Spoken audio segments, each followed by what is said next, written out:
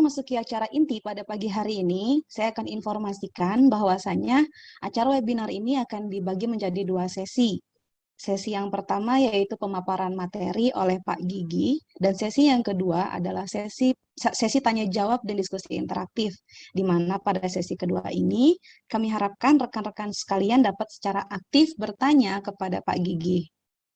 Baiklah, tanpa mengulur waktu lagi, saya akan awali sesi pertama pada pagi hari ini dengan membacakan profil dari Pak Gigi terlebih dahulu.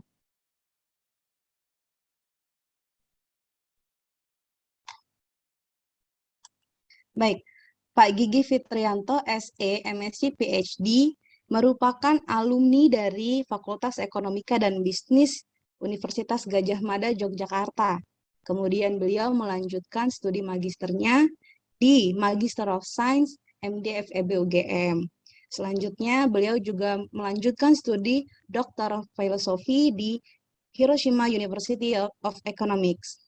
Kemudian saat ini, Pak Gigi adalah salah satu staf pengajar di Fakultas Ekonomika dan Bisnis Universitas Gadjah Mada. Selain itu, beliau juga merupakan editor-in-chief di Journal of Indonesian Economy and Business. Publikasi Pak Gigi salah satunya berjudul Formulation of Utility Spatial Adjacency Matrix with Non-Rectangular Shape of Socio-Economic Grid Cell Data for the Analysis of Sustainable Economy with High Computational Efficiency. Selain publikasi, Pak Gigi juga pernah mengikuti konferensi paper di Malaysia dengan judul Analysis of Regional Economic Growth Against Crisis, US-Japan Statistical Comparative Study Before After Lehman Shocks. Selain konferensi paper, Pak Gigi juga pernah mengikuti konferensi di Taiwan yang berjudul Statistical Inference of Non-Gaussian Structural Factor Autoregressive Models. Baiklah teman-teman, demikianlah tadi profil singkat dari Pak Gigi. Selanjutnya, karena Pak Gigi sudah bergabung bersama kita sejak awal, maka saya langsung ingin menyapa Pak Gigi. Pak Gigi, selamat pagi Pak Gigi. Selamat pagi Mbak Septida. Baik Pak Gigi, apa kabar Pak Gigi, sehat? Alhamdulillah, sehat walafiat. Baik, terima kasih Pak Gigi sudah berkenan memberikan ilmu dan wawasannya kepada kita semua ya Pak. Semoga kita semua dalam keadaan sehat walafiat dalam mengikuti acara ini Pak. Baiklah teman-teman, tanpa berlama-lama lagi, mari kita simak bersama tips menentukan topik dan kerangka penelitian tesis yang akan disampaikan oleh Pak Gigi. Kami persilakan Pak Gigi untuk memaparkan materi. Terima kasih Mbak Septida. Bismillahirrahmanirrahim. Assalamualaikum warahmatullahi wabarakatuh. Selamat pagi, salam sejahtera untuk kita semua.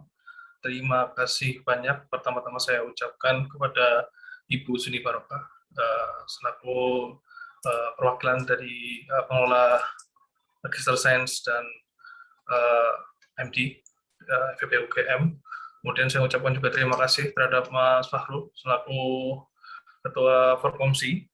Jadi mungkin terima kasih banyak atas kesempatan yang diberikan. Sebenarnya di sini saya seperti kembali begitu ya setelah sebelumnya sempat menimba ilmu di MD selama 2 tahun dari 2014 sampai 2016 akhir. Saya di sini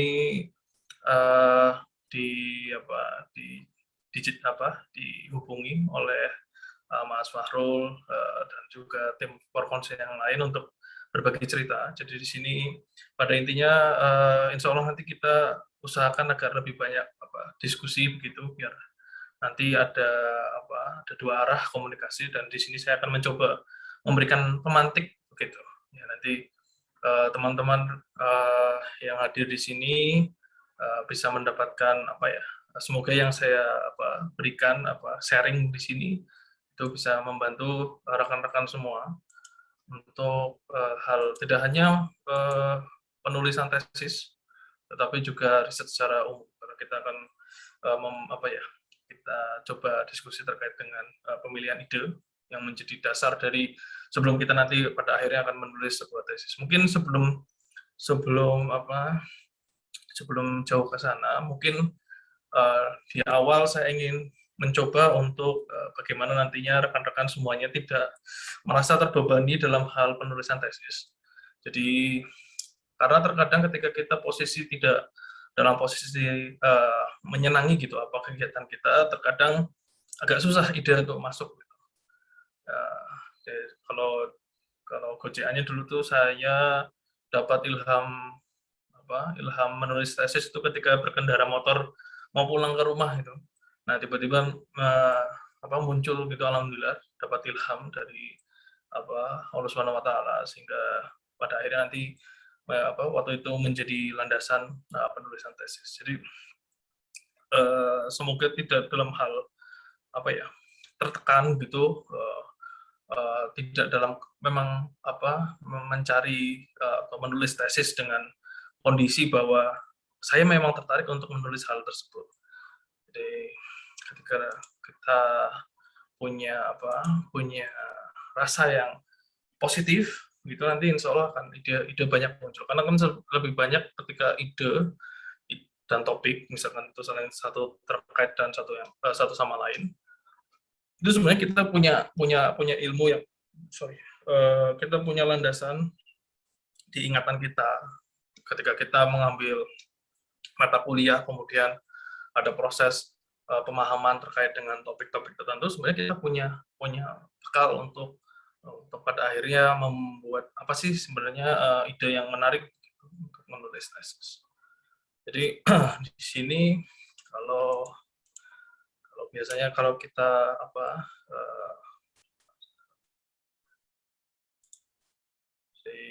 sebenarnya ada satu topik, ada satu komponen lainnya yang sebenarnya walaupun hand in hand tapi sebenarnya sedikit terpisah dengan ide. Karena di sini proses kurang lebihnya ya secara umum ketika kita punya ide muncul, kemudian dari ide tersebut tertanam prosesnya dari topik yang kita inginkan. Jadi mungkin kalau kita buat flow begitu, coret sedikit, kita punya misalkan topik, ide, kemudian literatur, kemudian writing-nya di sini. Nah, biasanya itu topik berbeda-beda ya, masing-masing individu bagaimana dalam proses pada akhirnya penulisan tesis dalam hal ini itu muncul dari pemilihan topik terlebih dahulu, kemudian dari topik muncul ide, karena misalkan topik itu yang rekan-rekan semua senangi gitu, atau rekan-rekan pahami lebih detail sehingga muncul ide. Kemudian dari ide lahir upaya untuk mengumpulkan literatur yang kemudian mensupport ide dan topik tersebut dan kemudian menuliskannya. Hal ini kemudian tidak menjadi saklek karena terkadang proses penulisan tesis bisa saja berangkat dari literatur. Jadi tetap saja berangkat dari topik, kemudian misalkan rekan-rekan semua pada akhirnya mencari sebanyak mungkin literatur terkait dengan topik tersebut sehingga muncul gap. Gap literatur ini yang pada akhirnya memunculkan ide. Nah, kemudian jadi prosesnya bisa bisa kemudian dari topik, ide, literatur ataupun topik, literatur, kemudian muncul gap, kemudian dapat ide. Masing-masing punya kelebihannya tersendiri dan jalurnya memang agak terkadang berbeda-beda. Kalau kita berangkat dari topik, kemudian dari topik tersebut muncul ide, tantangannya adalah memastikan bahwa ide penelitian yang kita akan angkat itu belum pernah dilakukan. Dalam artian pertama ada supporting literaturnya, kemudian penelitiannya juga belum pernah dilakukan. Nah itu yang tantangan yang muncul adalah mencari literatur supporting dan juga literatur yang memastikan bahwa penelitian ini belum pernah dilakukan.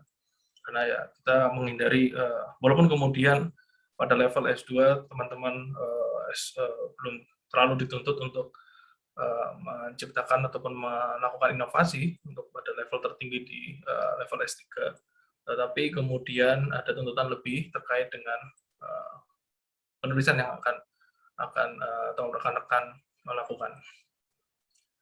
Nah, cuman kemudian untuk yang kedua, ketika kita berangkat dari topik, kemudian mencari literatur sebanyak mungkin, tantangannya ada di proses literatur tersebut. Jadi yang membebankan di sini adalah cakupannya lebih luas terkait dengan literatur tersebut. Walaupun kemudian ya itu kembali dalam proses kita dalam mencari literatur untuk supporting, kemudian menjadi bahan diskusi di dalam penulisan akhirnya. Namun kalau kita kembali ke bagaimana menentukan topik, itu berasal semakin banyak referensi yang kita baca, akan muncul banyak ide yang banyak ide yang kemudian akan muncul. Nah, kemudian tadi terkaitannya dengan bagaimana sikap kita dalam menghadapi tugas akhir. Seperti yang tadi Mas Fahrul sampaikan, terkadang terkendala terkait dengan kemalasan dalam tanda kutip, malas dan rasa, kalau bahasa anak gaulnya itu mager gitu ya. Itu dan juga negatif. Jadi ketika aura negatif, kondisi yang negatif dalam menghadapi tesis, terkadang akan menghambat ide-ide itu tersebut muncul. Jadi dari bangunan ide ataupun nanti merujuk kepada topik, itu kita harus dalam kondisi yang tidak terbebani. Jadi kalau kita berbicara strukturnya, otomatis komponen utama kalau kita berbicara lebih formal terkait dengan academic writing di sini khususnya untuk tesis, maka kita perlu tadi planning terkait dengan idea, topik, penentuan topik, penentuan ide, kemudian proses critical thinking dalam proses dibutuhkan ketika kita tadi membaca referensi, mengkaji literatur, kemudian kita menemukan gap apa yang kemudian bisa muncul dan kita angkat sebagai penelitian, sebagai topik penelitian ataupun ide penelitian. Nah, kemudian komponen lainnya tentu saling terkait, harus terstruktur, kita punya panduannya dalam penulisan tesis, rekan-rekan juga dapat mengaksesnya begitu, informasi sudah ada di level MD. Maksudnya di MD ada template atau bukan template, struktur yang harus kemudian rekan-rekan penuhi. Nah, kemudian terkait dengan argumen harus berbasis evidence. Ini keterkaitan dengan kerangka dalam penentuan topik, kita harus, nanti kita akan jelaskan, harus sifatnya rasional dan juga objektif. Nah, salah satu komponen tersebut kita apa yang disebut sebagai objektif, jadi tidak sifatnya subjektif. Salah satunya adalah argumen yang kita runtut atau story yang kita buat di dalam penelitian kita itu sifatnya berbasis evidence. Jadi kalau tadi terkait dengan komponen, kemudian di sini bagaimana kemudian ide tersebut akan dituangkan secara ke dalam penulisan. Banyak kalau rekan-rekan kemudian misalkan mengikuti seminar yang lain ataupun membaca sumber yang lain, akan banyak hal yang kemudian bagaimana menuangkan ide tersebut ke dalam penulisan ilmiah. Nah, di sini saya ingin mencontohkan beberapa atribut yang harus paling tidak kita harus ada dalam kemudian ide yang kemudian banyak. Kadang-kadang kita punya ide tidak hanya satu, kadang ide satu itu pun terpecah-pecah menjadi kepingan-kepingan. Nah, kemudian untuk menyusunnya ke dalam sebuah penulisan, kita yang pertama otomatis harus konstruktif. Jadi kita punya tadi bab 1, kita punya bab 2, bab 3, dan bab 4. Dan masing-masing kerangka tersebut, bab 1 itu punya main poinnya sendiri. highlight apa yang kemudian disusun di bab 1. Apa yang kemudian bab 1, kalau kita bahasa itu berarti pendahuluan. Di situ biasanya kita bagaimana untuk menegaskan kenapa riset kita itu penting, kenapa riset kita itu menarik. Nah, di situ di komponen bab 1 pendahuluan adalah bagaimana kita menyusun ataupun memberikan supporting dokumen, supporting data, supporting apapun, literatur lainnya, untuk menunjukkan bahwa this is important dan belum pernah dilakukan. Nah, kemudian bagaimana nanti strukturnya muncul ke research question. Jadi pengumpulan poin-poin dari supporting dokumen, supporting data, supporting literatur, kemudian digabungkan, muncullah research question. Mohon maaf Bapak, sebelum Ya. dilanjutkan, ini Bu Zuni mohon izin pamit Pak karena ada acara lain. Oh, jadi matur nuwun Bu Zuni. Mohon maaf ya Mas Diki. Mboten napa-napa Bu. Terima kasih banyak. Baik, terima kasih Bu. Monggo Pak, silakan dilanjut lagi. Matur nuwun Mbak Septida. Jadi tadi terkait dengan penyusunan, kenapa kemudian kita berbicara dalam kerangkanya penelitian ilmiah harus sifatnya konstruktif. Ada bagian, kalau kita berbicara bab, maka masing-masing bab punya highlight-nya masing-masing. Key point-nya ada di strukturnya. Tapi perlu diingat bahwa cerita kita itu nanti harus sifatnya streamline. Dari depan sampai belakang itu nyambung gitu intinya. Jangan kemudian kita missing di tengah-tengah. Jadi ada diskusi. Sebenarnya kalau kita kita membuat atau menyusun penulisan ilmiah apapun bentuknya itu harus streamline. Di sini ada poin yang lainnya adalah sifatnya streamline.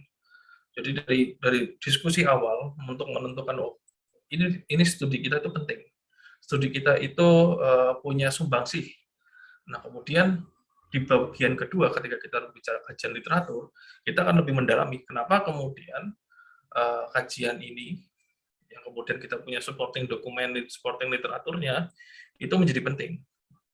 Di situ ada proses diskusi yang kemudian nanti akan jadi ada pro, ada kontra. Harapannya kalau kita bisa mendapatkan literatur sebanyak mungkin biasanya akan muncul pro dan kontra ataupun dari sudut pandang yang lain. Jadi kita punya satu masalah itu bisa dilihat dari beberapa sudut gitu. Nah, kemudian masuk di dalam diskusi literatur di bab 2 yang kemudian akan menjadi landasan metode apa yang kita akan gunakan. Metode data apa yang kita akan gunakan di bab 3. Jadi nyambung gitu. Satu terkait dengan story-nya, pendahuluan awal, prolog, masuk ke diskusi terkait dengan literatur untuk menunjukkan bahwa penelitian ini belum sudut pandang ini belum ada yang meneliti. Misalnya kalau kita berbicara penelitian teoretik ataupun nanti penelitian empiris mengunculkan kepada apa kemudian titik poin yang menarik terkait dengan penelitian terdahulu gitu, supporting fondasi kiri, kanan, ada atapnya, ada dindingnya, ada perabotnya dan semacamnya, ada semuanya terkumpul di bab 2, yang kemudian menjadi basis kita untuk menuliskan apa metodologi dan data yang digunakan di bab ketiga. Jadi ada story yang saling terkait, yang terkadang sering rekan-rekan terlupakan karena tidak kemudian misalkan satu topik itu dibahas oleh 5 model atau 5 metode. Jangan kemudian semuanya teman-teman hanya masukkan semua metode, tapi tidak ada story di situ. Saya untuk contohnya, saya kurang tahu. Mohon maaf nih untuk yang dari manajemen ataupun akuntansi, saya mencontohkannya di ekonomi ya. Mungkin kalau nanti ada yang mengambil ekonomika perdagangan, ekonomi internasional misalkan, itu ada satu kajian memiliki beberapa model A, B, C, D, katakanlah 5 lah, A sampai E. Kemudian mahasiswa hanya menaruhkan seluruh model ke dalam diskusi, tidak ada masalah. Cuman missingnya adalah ketika itu kemudian semuanya digunakan di bab 3 ketika membahas masalah metodologi. Karena terkadang tidak semuanya kita perlu masukkan. Yang jadi masalahnya adalah ketika semua dimasukkan tetapi tidak bunyi gitu. Jadi mahasiswa menggunakan model A dapat output A1, katakanlah pakai model B dapat B1 dan semuanya. Tapi story-nya tidak jalan. Jadi hanya menunjukkan output begitu, terus hanya menceritakan oh ini pengaruhnya negatif, ini pengaruhnya positif misalkan seperti itu. Jadi perlu dicermati bahwa dalam kajian literatur kita mendiskusikan sebisa mungkin sebanyak mungkin literatur yang terkait dengan apa yang kita teliti. Nah, nanti di metodologi dari proses itu kemudian muncul, oh ternyata metode A yang kemudian dipilih. Biasanya misalkan metode yang digunakan ada 5, itu biasanya dari yang paling lama sampai yang terakhir. Nah kemudian kan tidak perlu semuanya dimasukkan, dipilihlah salah satu saja. Nah itu kemudian tadi keterkaitan antara sifatnya konstruktif, streamline, kemudian sifatnya rasional. Jadi sebenarnya rasional ini dalam artian kita harus mengkonstruksi apa yang kita tulis itu tidak ya kalau bahasa gampangnya tidak ngarang gitu. Jadi sifatnya rasional itu rasional itu saling terkait dengan konsisten. Jadi konsisten, streamline, konstruktif, rasional, dan terakhirnya objektif. Jadi berbasis data, argumentasinya ada supportingnya, kemudian ada teorinya, maka kita akan mendapatkan penuangan ide ke dalam penulisan ilmiah yang baik. Jadi paling tidak 5 komponen ini yang harus paling tidak menjadi catatan bagi kita untuk dalam proses penulisan. Berangkat dari ide itu kita dapat tuliskan dalam yang baik. Ini beberapa contoh terkait dengan konstruktif dan sistematik. Paling tidak komponennya sebenarnya ada 4, ya, introduction, kemudian ada foundation dan research basis, itu terkait dengan kajian literatur. Kemudian ketika nanti analytical proses itu berangkat dari metodologi sampai ke data analysis, kemudian kita muncul konklusi. Jadi paling tidak konstruksi abstraknya adalah seperti sistematik penulisan dan komponen penulisan ilmiah secara umum terdiri dari 4 komponen ini. Jadi, kalau kita terkait dengan foundation, maka kita harus show ketika tadi introduction adalah bungkus dari prolog dari story kita, maka di bagian foundation merupakan merujuk kepada base of the idea. Jadi ketika kita punya ide, apa yang kemudian mensupport ide itu, baik teori, literatur, ataupun dan kemudian di sini ada argumen ataupun logical mapping. Jadi tergantung dari formatnya, dalam artian ada berbeda-beda. Kalau misalkan zaman dahulu, waktu tesis saya, kita sharing aja. Kalau tesis saya itu memang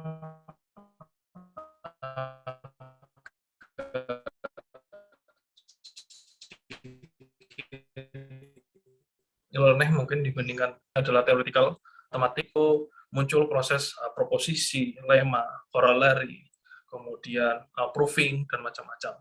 Cuman kalau dari secara umum, ketika kita kajiannya adalah social science, maka argumen dan logical mapping-nya muncul disupport dari precedent research. Jadi penelitian-penelitian terdahulu, diskusinya kemudian memunculkan argumen terkait dengan yang pada nantinya salah satunya adalah membahas terkait dengan metodologi. Jadi jangan sampai misalkan penelitian terdahulu untuk topik tersebut, katakanlah modelnya itu non-linear atau probit logit model, kemudian kita dipaksakan pakai OLS. Nah itu kan berarti kan nggak nyambung antara diskusi yang ada di research basis ataupun foundation, kemudian muncul di metodologi. Jadi pastikan itunya nyambung, story-nya, streamline. Gitu. Karena bisa juga misalkan saya kurang tahu untuk yang manajemen, misalkan ada treatment tertentu ataupun dari teman-teman yang dari accounting, saya kurang terlalu paham. Jadi saya tidak berani untuk memberikan contoh. Tapi pada intinya kita harus saling jadi apa yang kemudian output dari foundation ataupun research base kita bisa menjadi dasar dalam penentuan metodologi.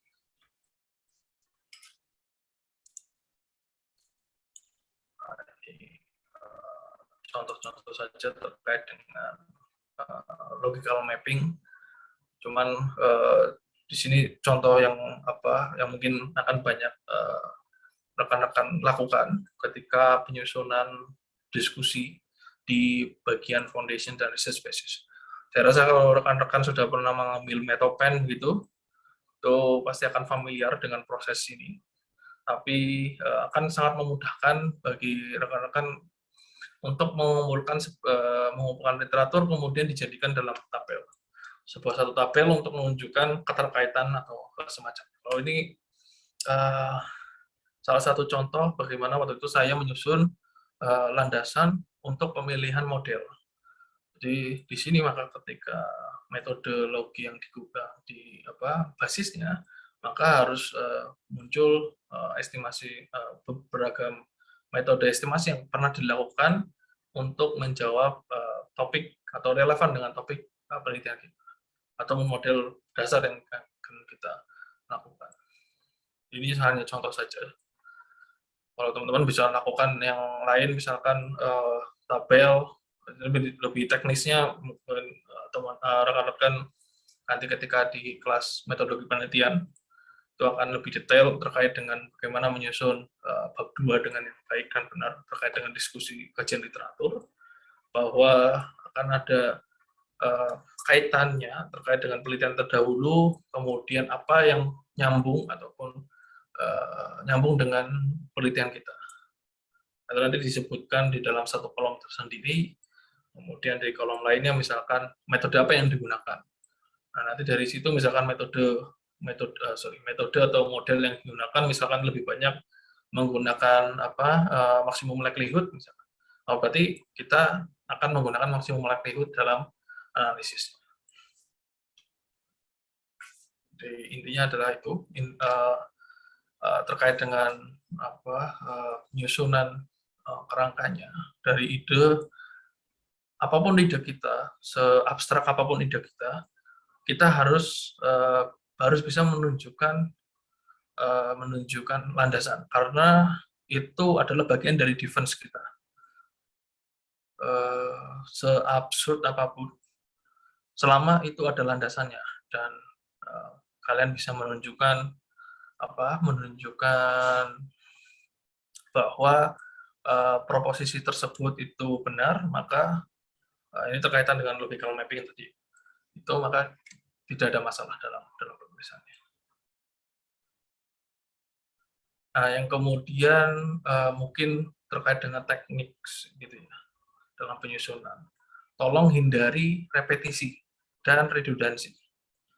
Ini yang terkadang sering terjadi, bahwa terkadang ada hal tertentu yang tidak perlu dijelaskan di situ, atau mungkin ketika rekan-rekan masih semangat lagi mencari terkait dengan misalkan menjelaskan terlalu detail terkait dengan data tersebut, misalkan kita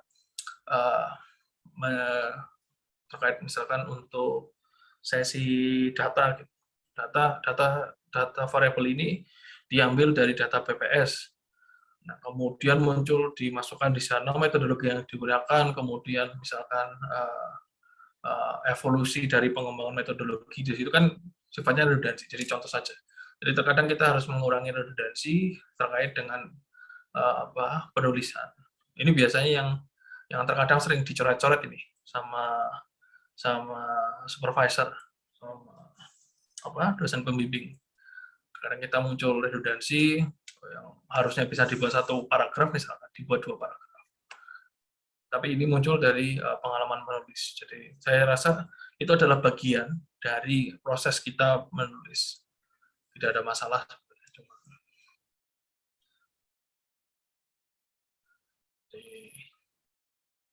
Kalau rasionalisme matematik lebih mudah ya, ada dasar story-nya, kemudian intinya adalah kita harus merasionalkan ide kita tersebut. Nah, kemudian terkait dengan important notes, ini sih sebenarnya lebih ke luas ya, lebih ke arah academic writing yang lebih luas.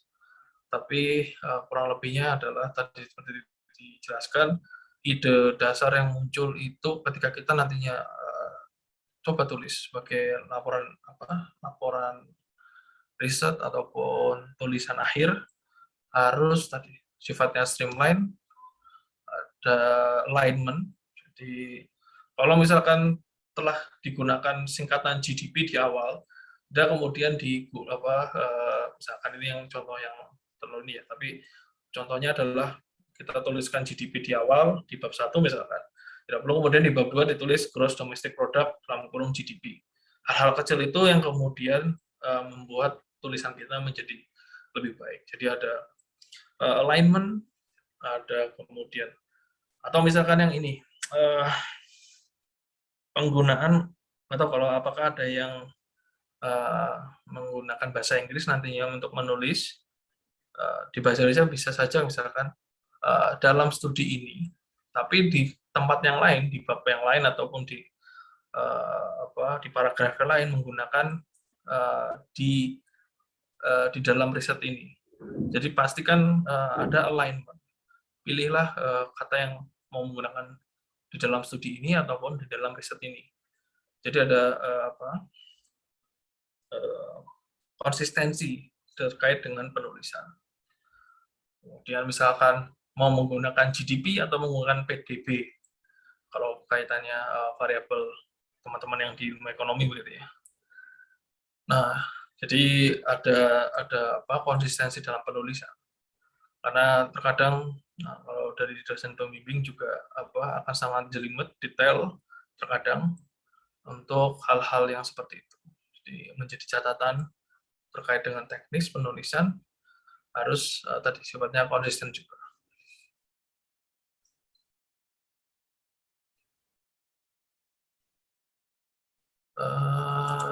Apalagi untuk yang jadi kalau berangkat dari share tesis, kalau saya dulu sih memang agak ekstrim ya, tapi kalau membuat contohnya ya bukan yang terbaik, tapi saya tidak punya dokumen tesis yang lain.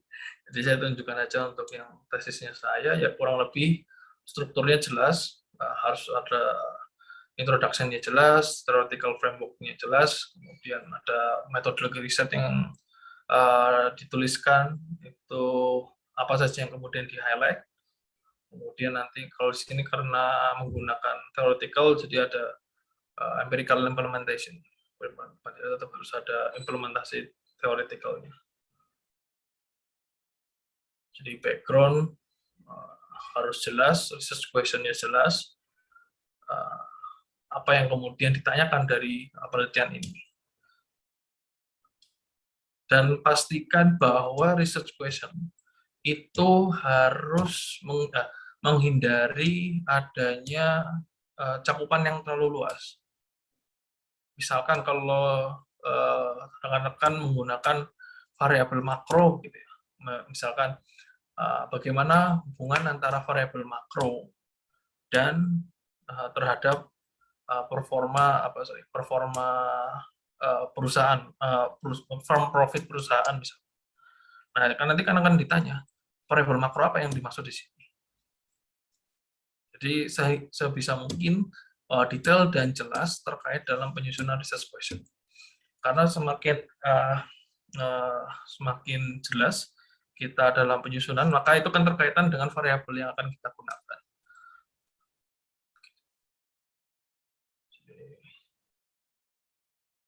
Nah, kalau saya waktu itu saya buat dalam kerangka mappingnya, jadi mapping penulisannya itu seperti apa. Itu ada, kalau ini kasusnya adalah proses defense ya. Tetapi kalau bisa nanti di bagian tapi ini tergantung nanti teman-teman, rekan-rekan berdiskusi dengan dosen pembimbing. Tapi kalau ada story, bab 1 menceritakan apa, bab 2 menceritakan apa, bab 3 menceritakan apa. Jadi ada gambaran yang kemudian menjadi highlight untuk masing-masing bab. Sehingga nanti kita bisa lihat story-nya mau dibawa kemana, dari awal sampai akhir. Jadi seperti itu. Kalau dulu saya buat mappingnya, kemudian berangkat banyaknya di bab 2 terkait dengan penyusunan kajian literatur. Jadi intinya seperti itu. Beberapa proses dalam penulisan dalam hal ini tesis misalnya. Cuman kembali lagi bahwa topik ataupun ide itu sebenarnya ada di kepala kita. Karena ada proses beberapa semester S2 ataupun malah beberapa 4 tahun di level S1 atau mungkin rekan-rekan semuanya malah yang sudah lama sudah berapa tahun berkecimpung di dunia kerja yang berkaitan dengan topik tersebut, maka lebih banyak sebenarnya informasi ataupun bangunan ide untuk nantinya akan dibawa untuk penulisan karya akhir ataupun penulisan karya ilmiah secara umum. Nah, kemudian dalam prosesnya tadi harus kemudian dibenturkan dengan literatur yang ada. Jadi perlu diingatkan bahwa ide topik ini dan literatur itu terkait satu sama lain. Apakah kemudian ide tersebut memang belum ada yang meneliti ataupun gap mana yang kemudian akan kita incar. Misalkan penelitian ini sudah dilakukan di negara berkembang tapi belum pernah dilakukan di Indonesia. Atau misalkan penelitian ini ketika kita telah mencari literatur yang banyak ternyata hanya pada level nasional tetapi belum dilakukan pada level regional misalkan. Nah, itu kemudian kapan kita bisa menyatakan hal tersebut ataupun memastikan bahwa topik ataupun ide kita telah sampai di sana adalah ketika kita membuat literatur, diskusi literatur yang panjang. Bukan yang panjang, komprehensif. Jadi sebisa mungkin, sebanyak mungkin kumpulkan literatur yang terkait. Kalau saya zaman waktu S3 itu sama supervisor, disuruh minimum pakai Google Scholar, kemudian diketik temanya, topiknya, dan juga kemudian nanti dilihat, kan pasti kan ada keluar outputnya. Nah, kemudian biasanya kan kalau temanya terlalu luas, misalkan hubungan antara consumption spending dan consumption spending dan household income misalkan. Nah, itu kan pasti banyak sekali. Nah, kemudian kita kurangi, akan ada tekniknya, minus topik apa yang kemudian kita hilangkan. Jadi nanti akan dapat hasil yang kemudian ada hasil yang mengerucut ketika kita semakin spesifik dalam proses pencarian. Jadi itu proses yang memang agak cukup melelahkan karena kita harus mengkaji literatur. Jangan sampai kemudian kita missing literatur tersebut. Yang kemudian kalau kita dengan PD-nya menyatakan, oh ini belum pernah dilakukan penelitian ini, oh ternyata ada gitu penelitian yang sudah melakukan. Jadi itu terkait dengan pemantik diskusi nantinya terkait dengan general flow, bagaimana ide topik dan kemudian literatur itu akan dituangkan ke penulisan akhir tesis. Baik, terima kasih. Mungkin itu saja, nanti mungkin diskusi begitu ya lebih enak. Saya kembalikan ke Mbak Sabrina. Terima kasih. Baik, terima kasih Pak Gigi. Sungguh sangat luar biasa sekali ya teman-teman. Ini langsung kebayang nih gimana nih caranya kita mau nyusun tes gitu kan. Karena tadi kalau Pak Gigi sampaikan, jadi tesis itu berangkat dari ide gitu kan, ide dan topik. Nanti kita kerucutkan dengan berbagai macam literatur, kita mencari dari berbagai sources gitu ya. Nanti akan memunculkan sebuah tema, judul, dan akan kita sistematiskan dalam bentuk penulisan. Baik, ini sungguh sangat excited banget ya teman-teman. Apalagi yang bergabung di sini, ini mungkin Pak Gigi belum tahu bahwasanya ini peserta yang hadir di sini semuanya adalah dari semester 2, 3, dan 4, Pak. Jadi memang semua sedang fokus dengan penelitian tugas akhir. Jadi mungkin ini sudah banyak teman-teman yang ingin mengajukan pertanyaan. Jadi langsung saja, selanjutnya kita masuk ke sesi selanjutnya, yaitu tanya jawab dan diskusi. Jadi pada sesi tanya jawab ini akan saya bagi menjadi 3 termin untuk efisiensi waktu juga. Jadi pada termin pertama dan kedua itu adalah penyampaian pertanyaan secara lisan dan langsung kepada Pak Gigi. Teman-teman boleh melakukan raise hand, nanti akan saya pilih 4 orang di termin pertama dan 4 orang di termin kedua. Dan nanti kalau masih ada waktu yang tersisa untuk diskusi interaktif, maka pertanyaan di kolom chat juga akan kami bacakan. Baik, langsung saja untuk 4 orang pertama, silakan yang ingin bertanya. Di sini saya lihat sudah ada Mas Arief yang raise hand. Boleh langsung Mas Arief menyalakan mikrofonnya dan menyampaikan pertanyaannya langsung kepada Pak Gigi, Mas Arief. Assalamualaikum warahmatullahi wabarakatuh. Terima kasih atas kesempatannya yang diberikan oleh Forkomsi dan Bapak Gigi Fitrianto PSD. Saya ingin bertanya mengenai penentuan topik. Apakah harus dimulai dari kita menemukan fenomena terlebih dahulu, Bapak? Sehingga nanti akan mendapatkan topik yang sinkron seperti itu, Bapak. Oke. Jadi terkaitannya, terima kasih atas pertanyaannya, Mas Muhammad Arief. Pertanyaannya, apakah kemudian pemilihan topik harus sesuai dengan fenomena? Kalau saya jawab tidak, tergantung dari kita larinya mau kemana. Kalau waktu itu contohnya saya saja, saya nggak tahu yang lain.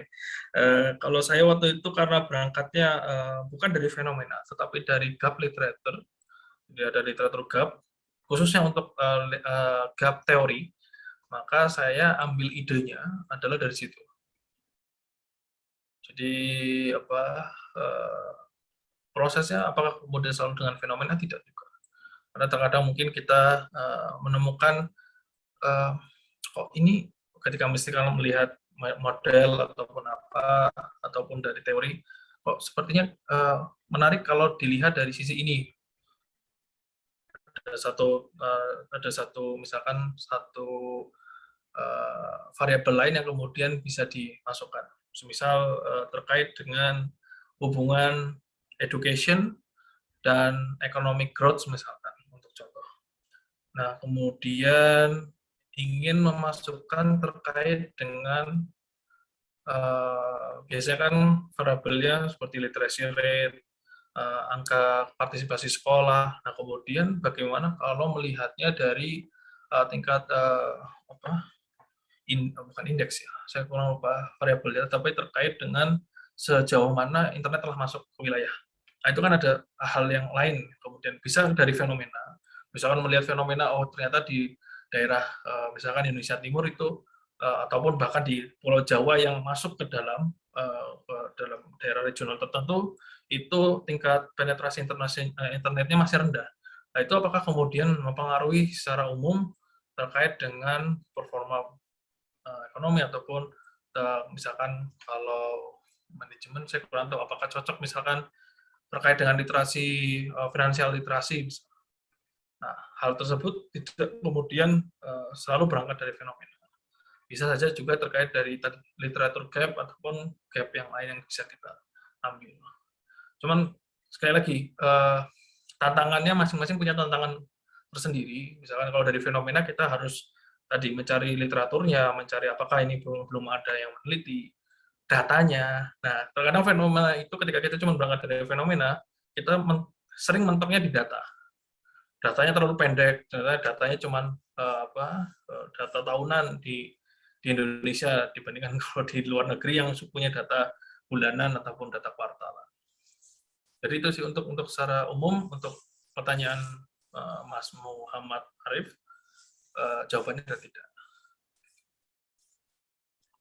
Baik, terima kasih Mas Arif atas pertanyaannya dan terima kasih juga Pak Gigi sudah menjelaskan jawabannya. Jadi kalau boleh saya simpulkan, jadi topik penelitian tesis itu tidak harus berangkat dari fenomena gitu ya Mas Arif ya. Jadi saya rasa udah jelas, sangat jelas jawaban dari Pak Gigi. Mungkin langsung saja untuk mempersingkat waktu, saya persilakan kepada penanya kedua, boleh langsung raise hand teman-teman.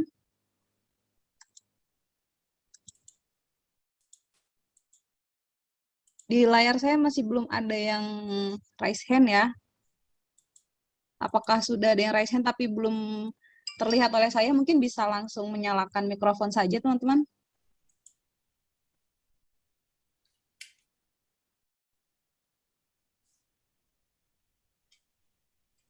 Mungkin biasanya memang agak susah itu dalam hal apa. Terkadang muncul ide pun juga kadang terakhiran. Nah, iya itu dia Pak.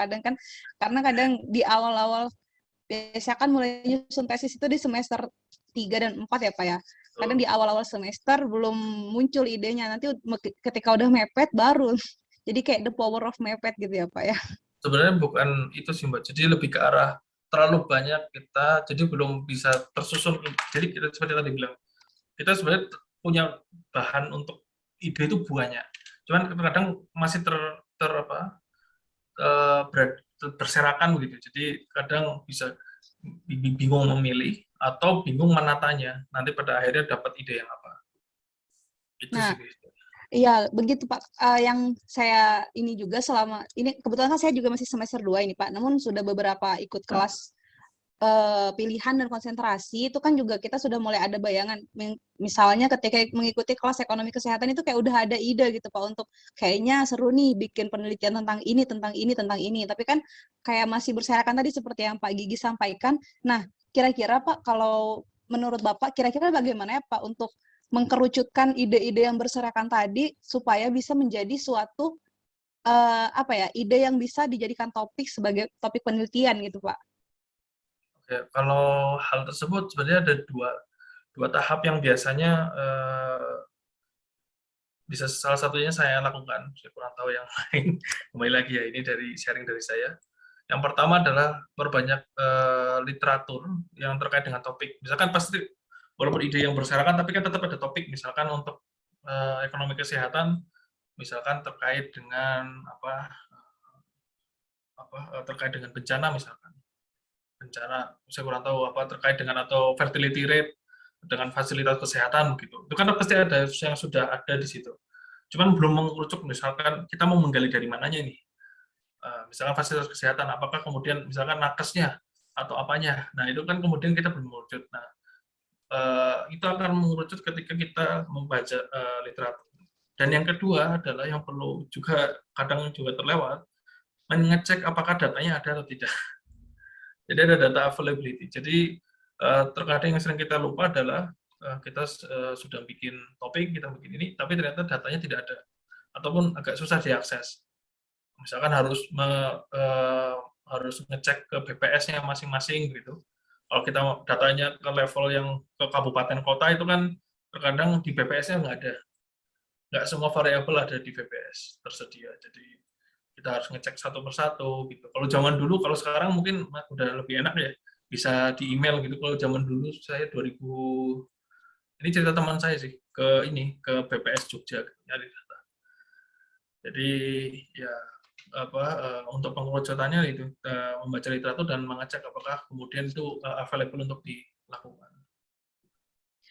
Oke, berarti dari ide tadi kita kumpulkan literatur, kemudian dari availability data, Pak. Nah, untuk terkait dengan availability data ini, terkadang kan kita sebagai yang ya mahasiswa yang masih awal-awal untuk menyusun penelitian akhir ini kan kadang kita masih bingung kira-kira kalau begini tuh datanya sources-nya di mana gitu ya kan.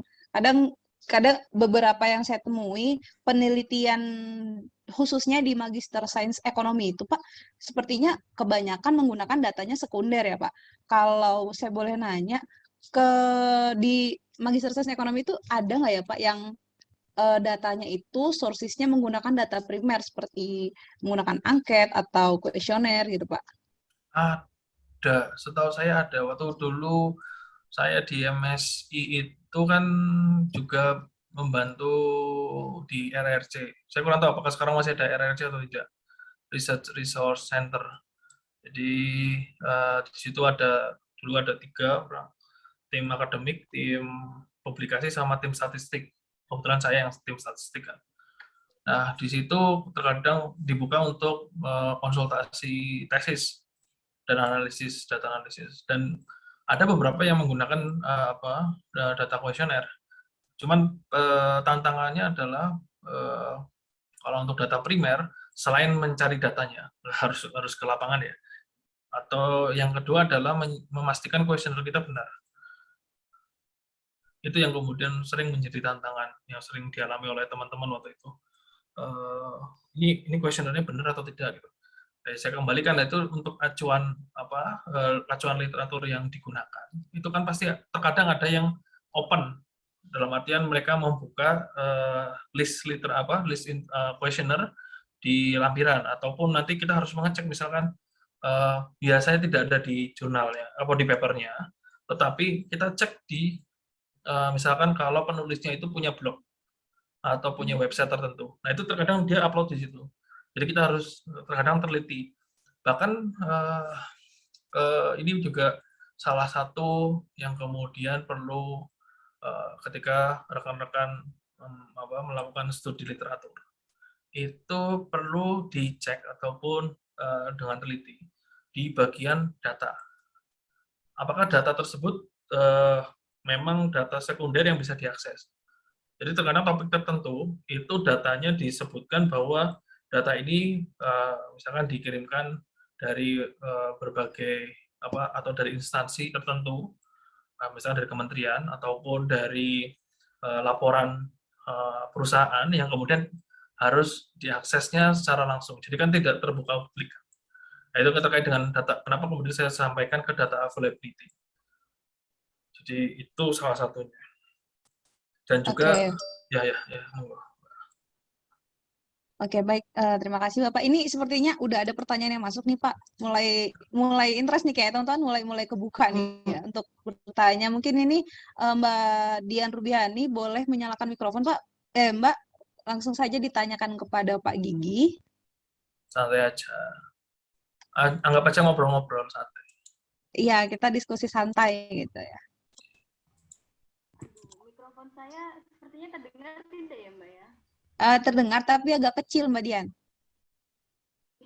Iya, soalnya agak rusak Mbak ini mikrofon laptopnya.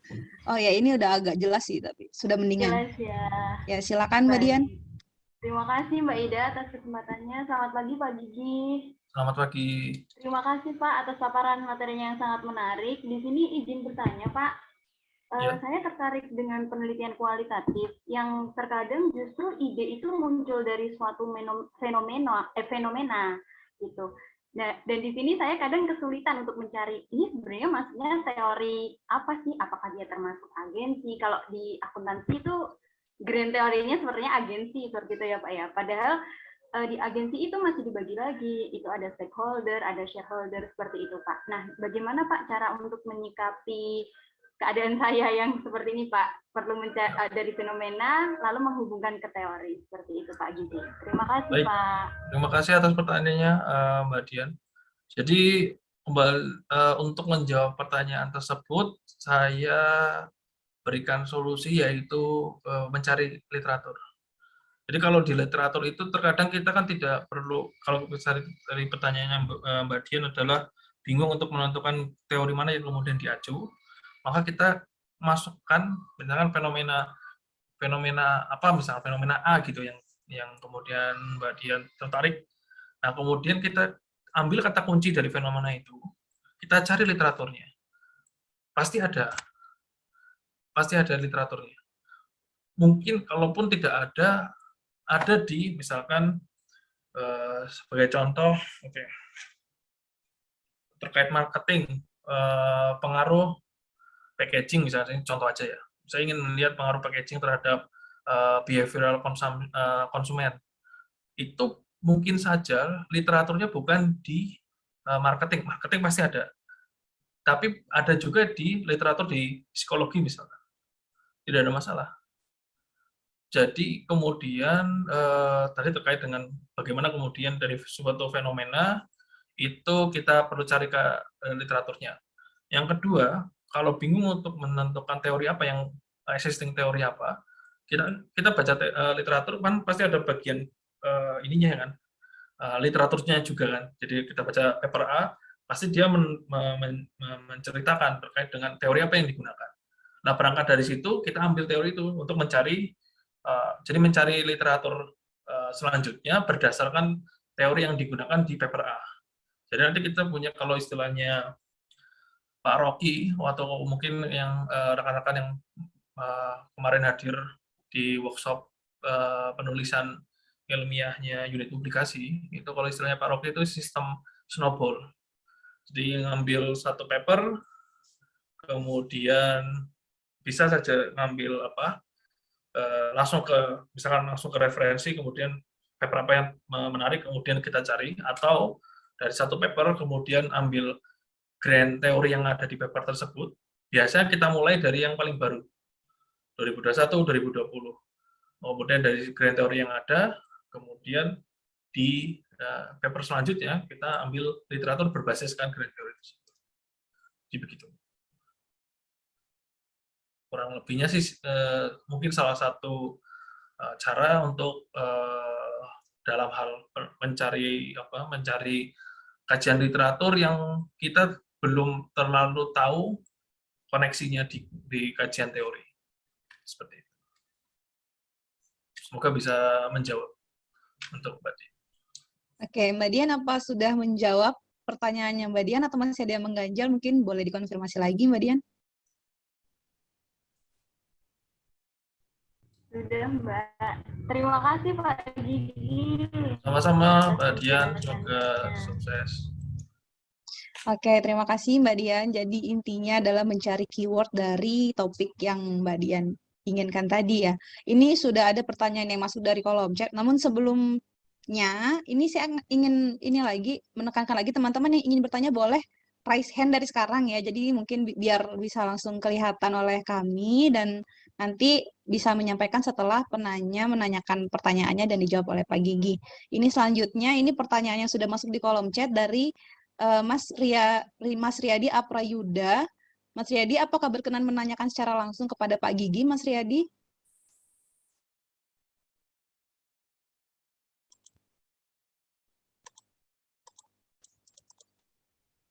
Baik, sepertinya tidak ada respon dari Mas Riyadi. Ini akan saya bacakan saja ya Pak, karena belum ada pertanyaan lain yang masuk.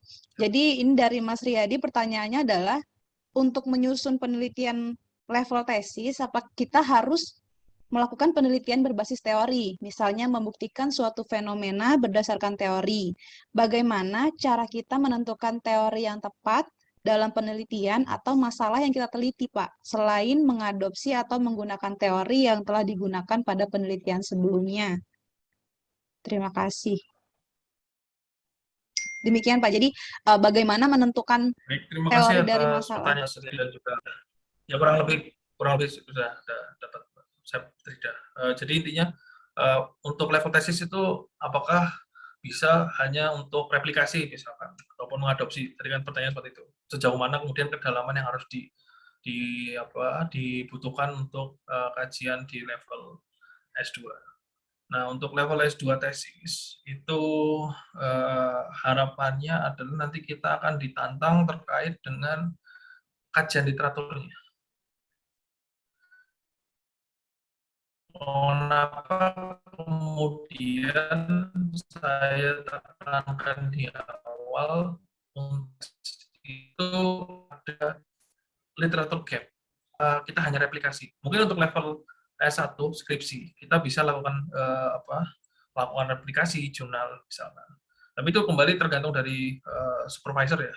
Tapi kalau secara umum kita akan ditantang terkait dari koneksi antara bab 2 dan bab 3.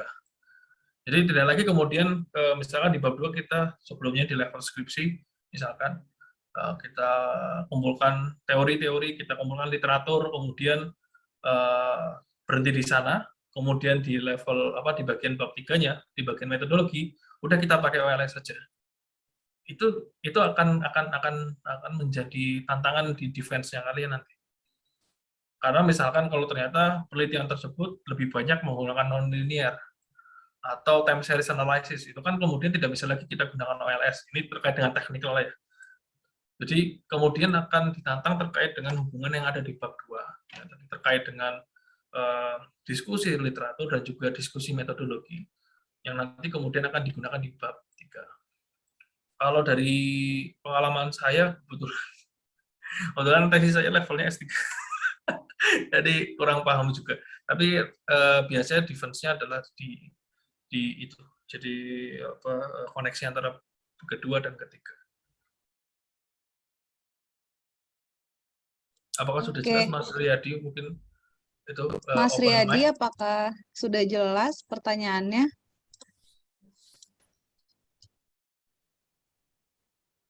Ini sudah open mic sepertinya, Mas Riyadi. Silakan, Mas Riyadi.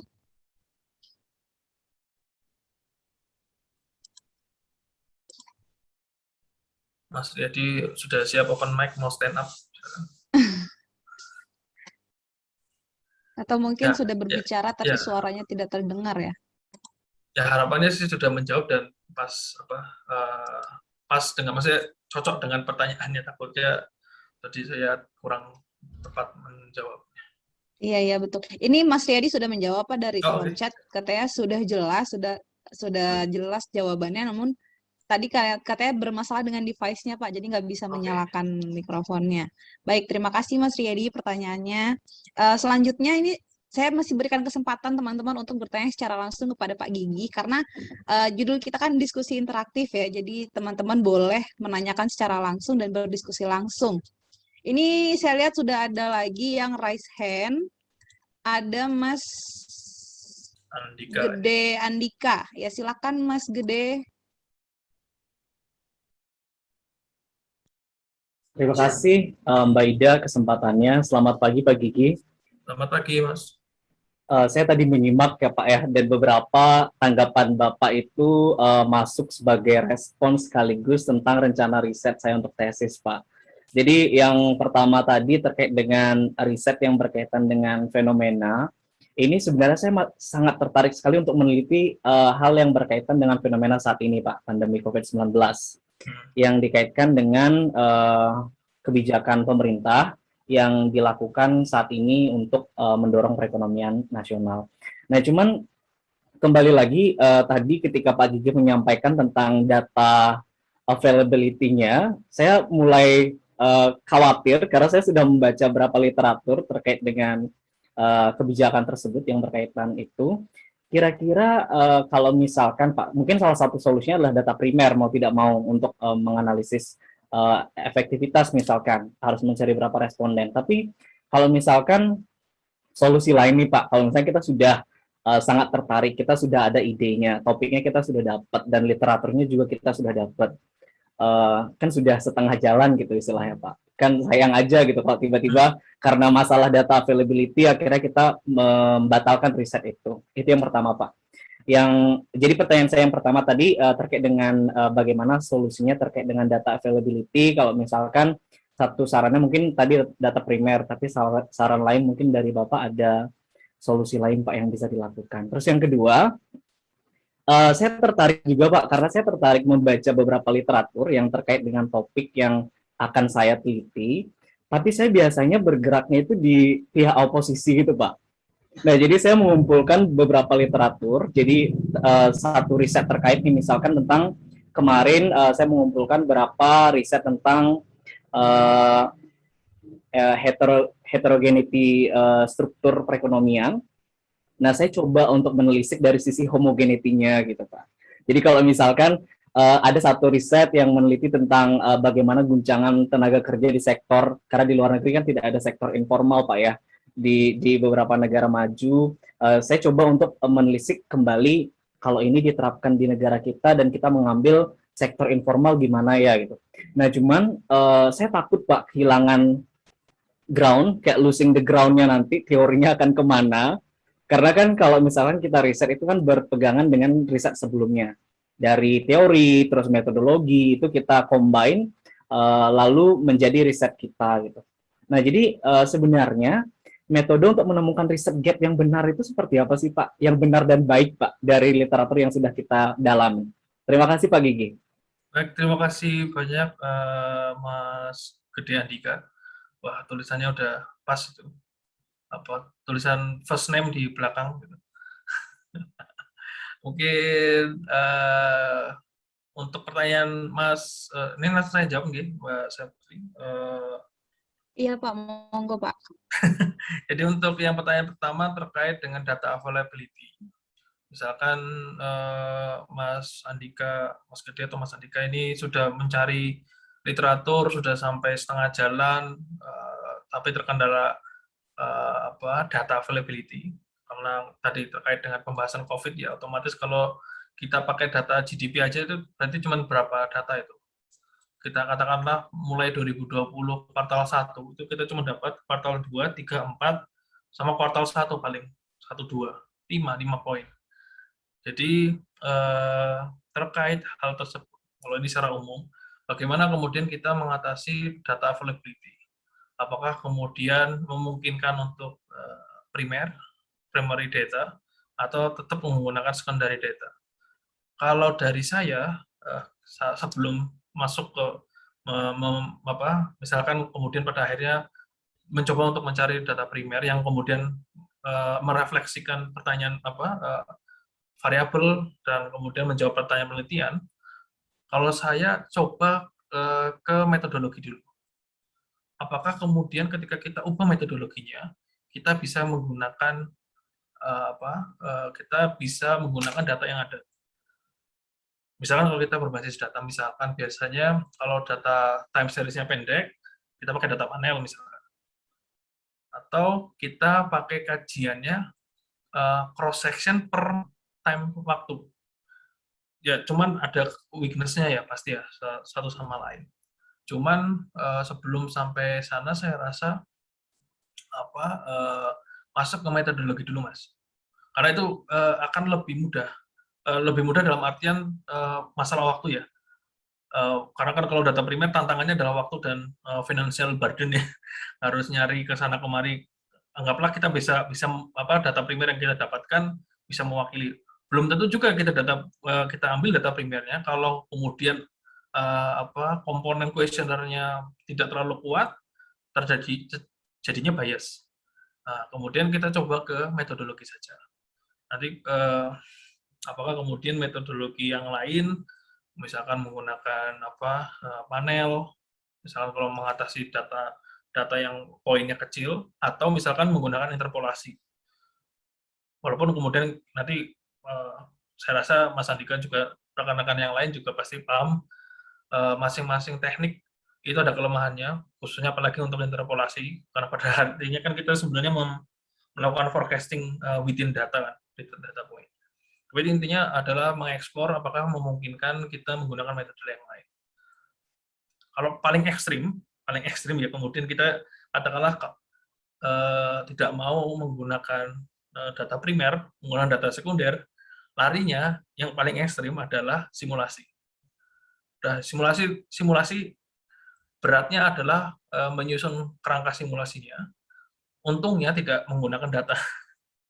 Atau berbasis data, kemudian dilakukan proses seperti kalau teknik yang lain, misalkan bootstrapping ataupun menggunakan Bayesian MC-MC. Jadi ada banyak sebenarnya metodologi yang cuman mungkin kendalanya adalah hal tersebut terlalu advance terkadang.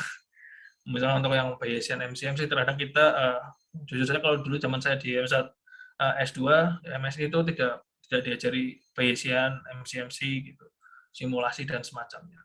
Jadi mungkin tantangannya ketika kita lari ke metodologi adalah untuk data, solusi data pendek itu tekniknya agak sedikit advance.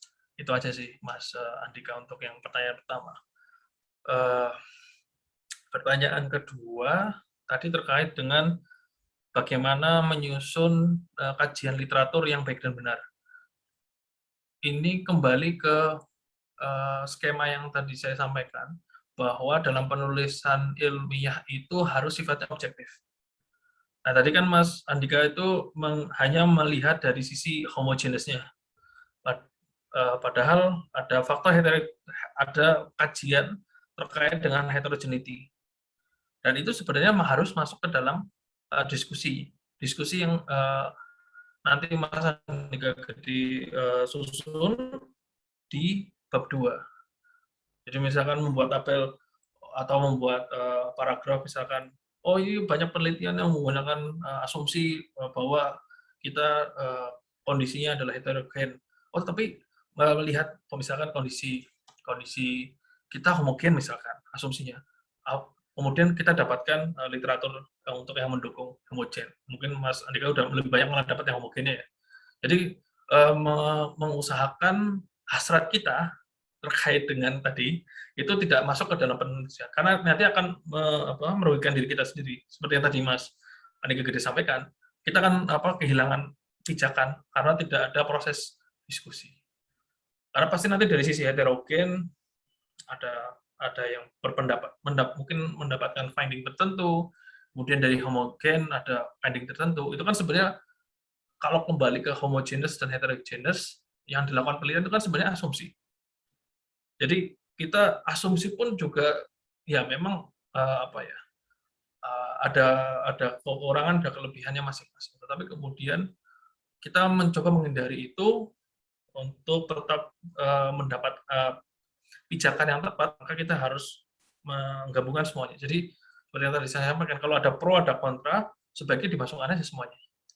Dalam artian kita bisa paham diskusinya itu untuk topik ini tuh sudah sejauh mana. Nanti kemudian misalnya kita lakukan data analisis, kita temukan ternyata hubungannya itu berlawanan dengan teori. Tetapi di bagian literatur kedua kita sudah menemukan, oh ternyata sudah ada penelitian yang menemukan relasi terbalik misalkan dari teori yang ada. Nah itu berarti kita bisa buat landasan untuk terkait dengan temuan kita. Jadi itu kalau misalnya ada pro kontra ataupun sudut pandang yang lain, kita harus masukkan ke dalam diskusi. Itu Mas Andika, harapannya sudah menjawab. Iya, terima bagaimana kasih. Mas Andika? Baik, terima kasih Pak Gigi. Tadi yang pertama juga saya sudah paham arahan dari Pak Gigi, jadi kita bisa melihat metodologinya dulu. Terus yang kedua tadi ya saya masih setelah mendengarkan penjelasan Pak Gigi, setidaknya saya tidak khawatir untuk losing the ground dari risetnya itu Pak, karena kan itu agak berbahaya gitu ya. Posisi kita sebagai riset, tapi kita tidak tahu posisi kita sebagai researcher itu di mana gitu di dalam sebuah tulisan gitu. Terima kasih Pak Gigi atas tanggapannya. Sama-sama Mas atas pertanyaannya. Baik, terima kasih Mas Andika atas pertanyaannya. Ini saya lihat sudah ada yang raise hand lagi. Mbak Santa Permata, mungkin silakan Mbak Santa mengaktifkan kameranya dan mengaktifkan mikrofonnya. Ya, terima kasih atas waktunya. Selamat pagi Pak Gigi. Selamat pagi. Saya ingin menanyakan pengalaman dari kemarin saya menulis tentang ekonomi kreatif itu tuh di pertengahan jalan ternyata sampel yang tersedia itu terlalu sedikit begitu Pak. Nah, kalau misalnya sampel terlalu sedikit itu lebih baik gimana Pak? Apakah mengganti topik atau gimana seperti itu Pak? Terima kasih. Sama-sama, terima kasih atas pertanyaannya Mbak Santa. Jadi teknik ya, terkait dengan kendala pengumpulan data untuk data primer, saya rasa ada solusi lain Mbak sebelum ganti topik, soalnya nanti dengan rubes lagi dari awal soalnya kalau ganti topik. Ganti topik itu berarti kan ganti dari bab 1 dari awal. Jadi kalau kendalanya adalah sampel yang terlalu sedikit, pertanyaan saya berapa sampel yang dimaksud sedikit yang Mbak dapatkan sementara? Ya, kemarin itu saya meneliti tentang ekonomi kreatif itu cuman terdapat 16 sampel gitu Pak. Jadi sub Oh iya. ekonomi kreatif itu iya cuman ada 16 sampel. Terus saya jadi kalau kan membaca-baca tuh kayaknya minimal 30 gitu atau enggak 50. Nah, 30. tapi cuman 16 gitu Pak. Jadi kemarin sempat bingung terus akhirnya ganti sih Pak. Oke. Ya, itu datanya Mbak Santa kumpulkan di mana? Satu wilayah saja? Itu saya ambil datanya dari ini Pak, laporan Badan Ekonomi Kreatif gitu Pak. Oke. Datanya data tahunan? Datanya, iya laporan tahunan seperti itu Pak. Nah, kalau data laporan tahunan berarti opsinya selain nanti sebelum nanti kalau Mbak Santa sebelum ganti topik, ya kita ganti metodologinya. Jadi tidak lagi datanya kita analisis untuk cross section, tapi kita gunakan panel. Nanti kalau panel kita punya data tahunan atau kalau misalkan ada data bulanan lebih bagus atau data kuartal gitu. Karena kalau data tahunan misalkan kita punya 10 aja, 10 kepanjangan, 5 misalkan, 5 kali 16 saja udah 90. 80, sorry.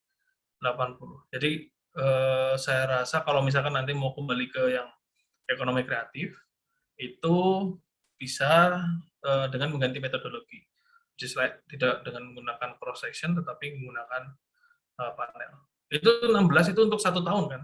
Untuk satu annual report-nya kan? Iya, kemarin saya dapat datanya itu tahun 2019 gitu Pak. Cuman saya masih mau meneruskan itu cari data yang selain 2019 itu kurang tersedia gitu Pak, atau emang saya belum menemukan gitu. Jadi karena ini jadi langsung ganti aja gitu Pak kemarin. Sebenarnya ya monggo sih sebenarnya itu kembali ke karena itu riset masing-masing ya kita individu.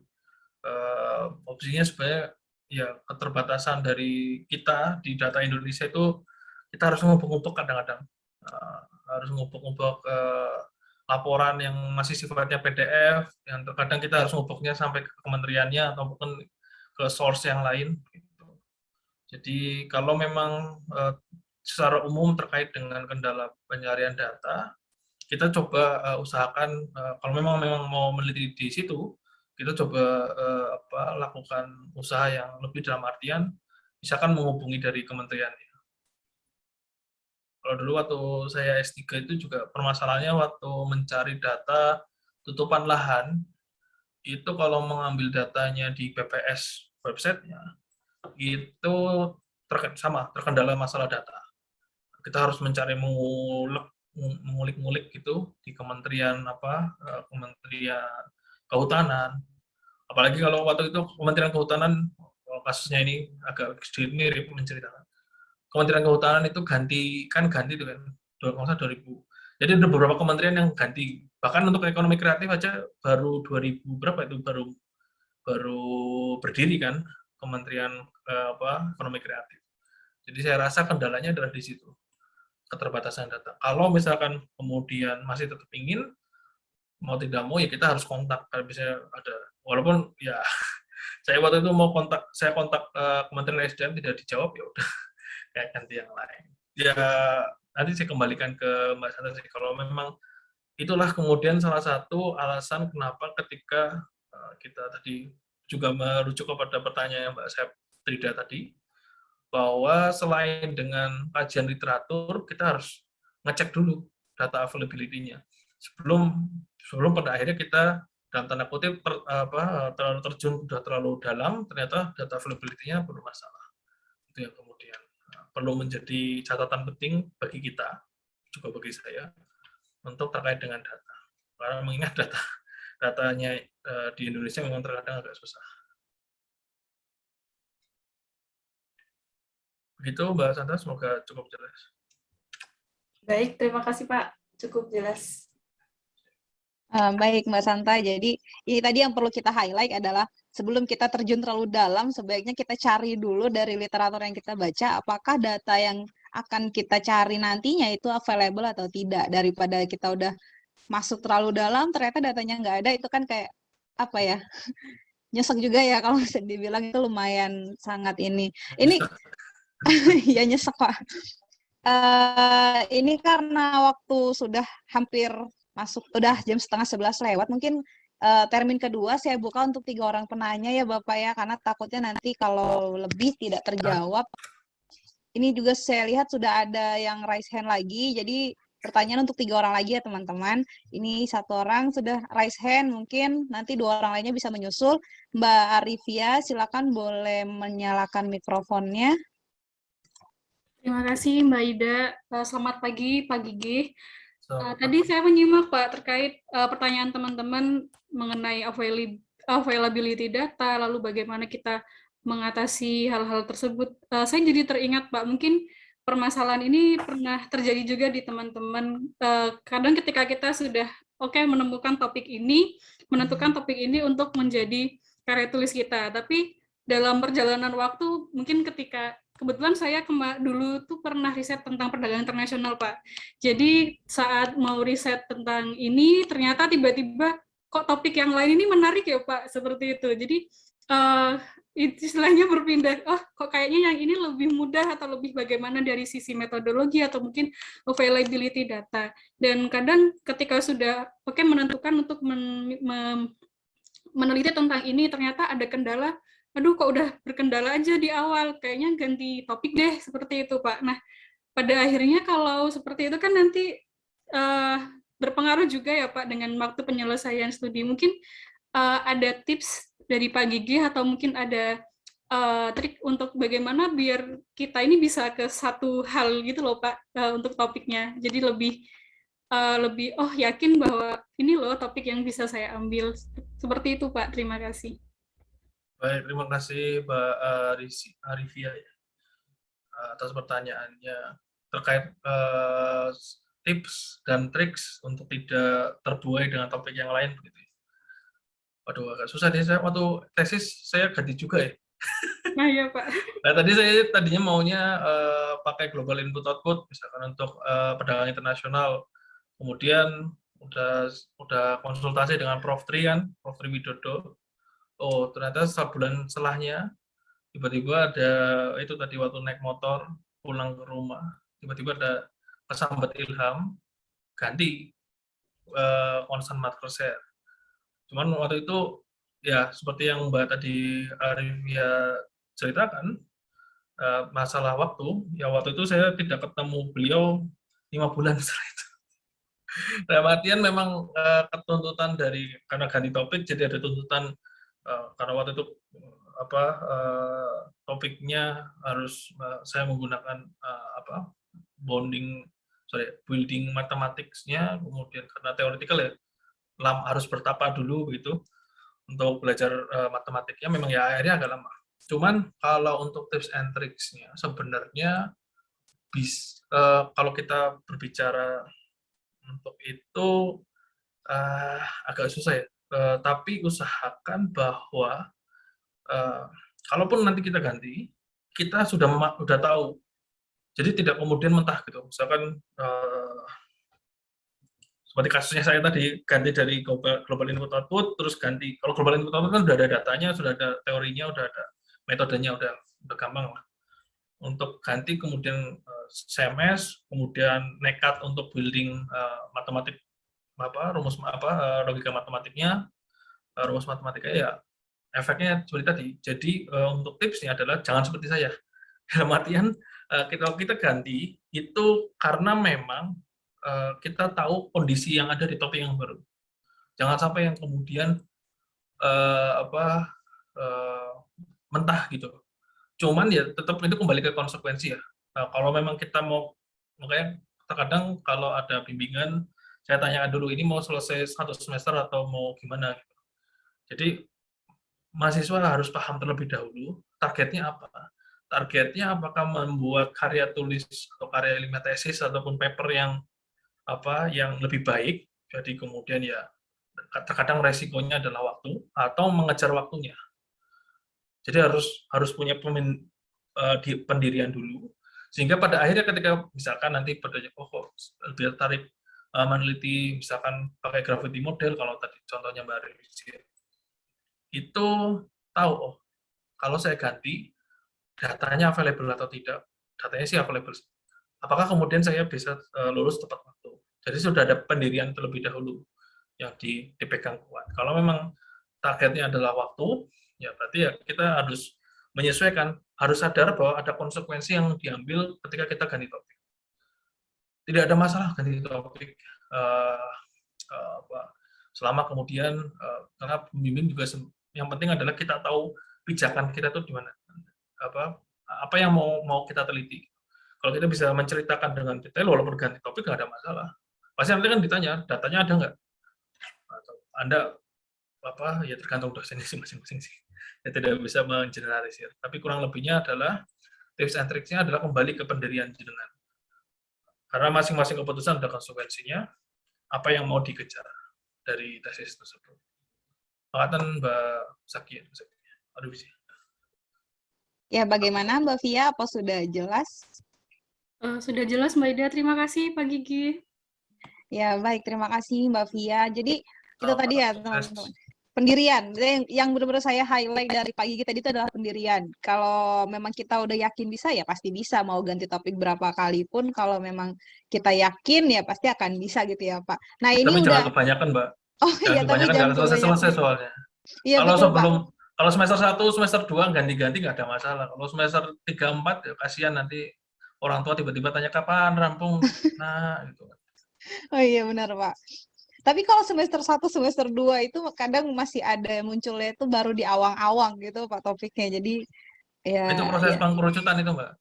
Jadi proses semester 1 sampai 3 itu sebenarnya pengkerucutan ide. Jadi biar tidak lepas arah. Jadi pendirian pun juga ditetapkan di awal. Kalau ini sih. Kalau nggak kayak saya itu 2 tahun. Ya 2 tahun kurang lebih. 2 tahun lebih lah. Oke, berarti memang kita harus mulai menyusun itu dari semester 1 ya, kalau boleh saya simpulkan, Pak. Ini kayaknya ada lagi nih yang udah raise hand, Pak, dari Mbak Naswatun Zikra. Mungkin Mbak Zikra boleh langsung menyalakan mikrofonnya, Mbak Zikra. Ya, Assalamualaikum Pak Gigi. Waalaikumsalam. Saya mau nanya masukannya mungkin Pak, terkait ini. Ada masukan Bapak gimana jika kita ingin menuliskan tesis pakai metode kualitatif, karena kan kebanyakan pandangan dosen itu di ilmu ekonomi ya Pak khususnya itu lebih condong ke kuantitatif itu. Gimana Pak masukan dari Bapak mungkin? Terima kasih Pak. Ya, kalau dari saya sih sebenarnya nggak ada masalah kualitatif atau kuantitatif. Cuman memang itu saya tidak berani mengeneralisir ya, karena seperti apa. Dalam artian masing-masing dosen juga punya pendirian masing-masing, dan juga nanti Mbak Naswatun akan berhadapan dengan dosen pembimbing sendiri, punya karakteristik sendiri. Cuman dalam artian adalah di sini posisi kita bisa memastikan satu, penelitian kita itu penting, seksi, dan menarik di bab 1. Dan kemudian di bab 2 kita punya landasan yang cukup kuat bahwa tidak ada masalah menggunakan metode kualitatif. Cuman nanti yang ditekankan adalah metode apa yang digunakan. Kualitatif kan banyak tuh. Banyak metodenya, ada banyak cara penyusunan datanya, data kualitatifnya. Bahkan kalau misalkan yang terbaru, beberapa kayaknya sekarang ada beberapa dosen yang pendekatannya seperti bibliometrik.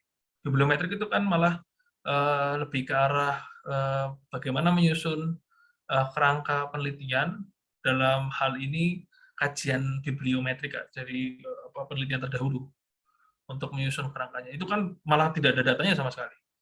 Nggak ada masalah. nggak ada masalah sebenarnya.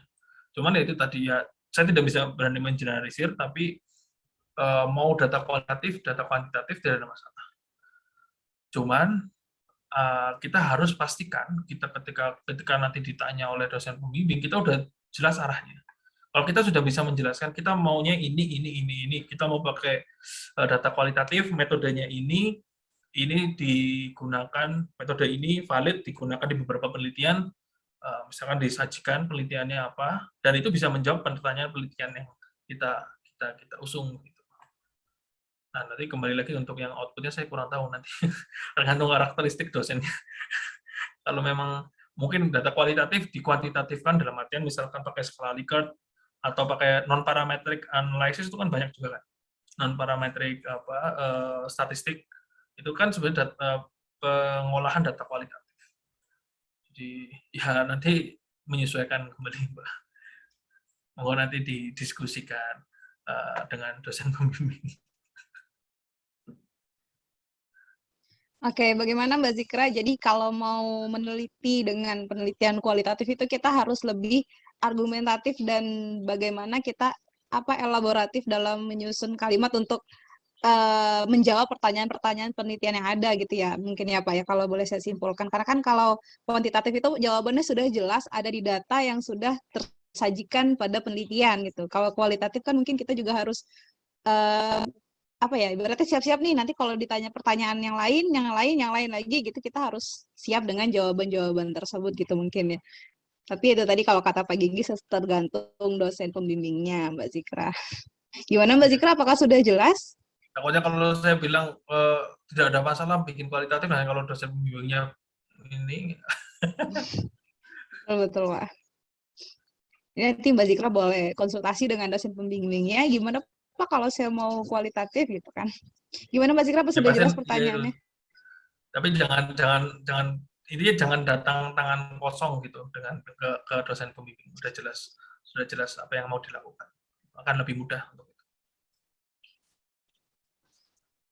Ya Pak, makasih banyak Pak. Nah, udah jelas Mbak Ida. Kalau saya nggak data kuantitatif, nggak ada datanya. Oh. Saya nggak pakai data, tadi saya kan gini, teoretikal. Oh begitu Pak. Iya. Oh berarti. Jadi intinya kalau sudah bisa menjelaskan ya waktu itu ya pembimbing juga oke. Waktu ujian malah makan bakso bareng, enak malah. Ya, intinya kita bisa defense kita sih. Kalau kita bisa mendefense dan kita tahu posisi kita, tahu seperti yang tadi Mas Andika sudah paham posisinya dalam riset, sudah tahu apa yang mau dilakukan, sudah paham datanya di mana sources-nya, itu pasti dosen juga akan suka. Oh ya udah silakan lanjut gitu. Nanti dibantu untuk hal-hal misalkan baca literatur ini atau coba dipertajam teorinya atau seperti apa. Oke, berarti ini kan dari tadi kalau nggak salah pertanyaan-pertanyaan yang masuk itu seputar ide dan data ya Pak ya. Kalau boleh saya simpulkan, ini ada pertanyaan yang tiba-tiba muncul Pak. Apakah jadi sebaiknya kita itu dalam menyusun tesis ini mana yang sebaiknya kita dahulukan Pak? Jadi apakah kita berangkat tadi mungkin menyambung pertanyaannya Mas Arief ya. Kalau Mas Arief tadi kan dari fenomena atau tidak gitu. Kalau saya dari sini pengen bertanya begini Pak. Ide dulu atau data dulu yang harus kita mulai dalam memulai penulisan tesis Pak gitu. Karena kan waktu juga yang ya kalau kita mau bilang mulai dari semester 1 ini sudah terlewati semester 1 jadi sekarang sudah masuk semester 2, semester 3. Jadi untuk memulai dalam waktu yang singkat ini, apakah kita memulainya dari ide dulu atau data dulu Pak? Availability data dulu Pak? Ide dulu. Umumnya ide dulu, tapi kemudian dicari datanya. Availabilitas datanya. Paling tidak kita harus tahu dulu source-nya dari mana, ketersedia atau tidak. Kalau tapi tidak memungkinkan dari data dulu kemudian masuk ide. Waktu itu saya juga dapatnya dari data dulu. Jadi ngelihat data waktu itu terkait dengan data trade, perdagangan internasional itu biasanya data yang tersedia itu data tahunan. Kalau contohnya waktu itu. Kemudian saya lihat kemudian kok kenapa nggak ada model untuk data, misalkan kalau ada data yang sudah istilahnya ready data, misalkan masuk ke port kemudian langsung tercatat misalkan. Itu kan analisisnya beda. Jadi ya tidak mau menutup kemungkinan bahwa misalkan kita udah terbiasa lihat data gitu, nggak tahu mungkin ada Bapak Ibu yang sudah lama cukup bekerja di bidang tertentu, sudah sering melihat data, kok sepertinya datanya kecenderungannya misalkan melihat kok pembelian aset foreign asset kok trennya menurun. Itu kan berarti dari data. Kemudian muncul ke fenomena. Nah, kemudian nanti dapat ide. Itu sebenarnya apa sih? Kenapa kemudian foreign asset misalkan rata-rata menurun dalam periode tahun terakhir? Tidak menutup kemungkinan, tetapi biasanya tetap berangkat dari ide. Karena kalau enggak ya, kan data itu kalau kita nggak punya landasannya juga bingung mau diapakan datanya.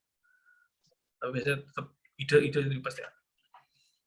Oke, berarti memang tetap dari ide dulu ya Pak. Karena dari ide itu nanti kita akan muncul motivasi untuk mencari datanya, baru ide itu kita sistematiskan lagi ke dalam bentuk topik dan kita susun ke dalam tulisan kita gitu Pak ya. Betul, Mbak.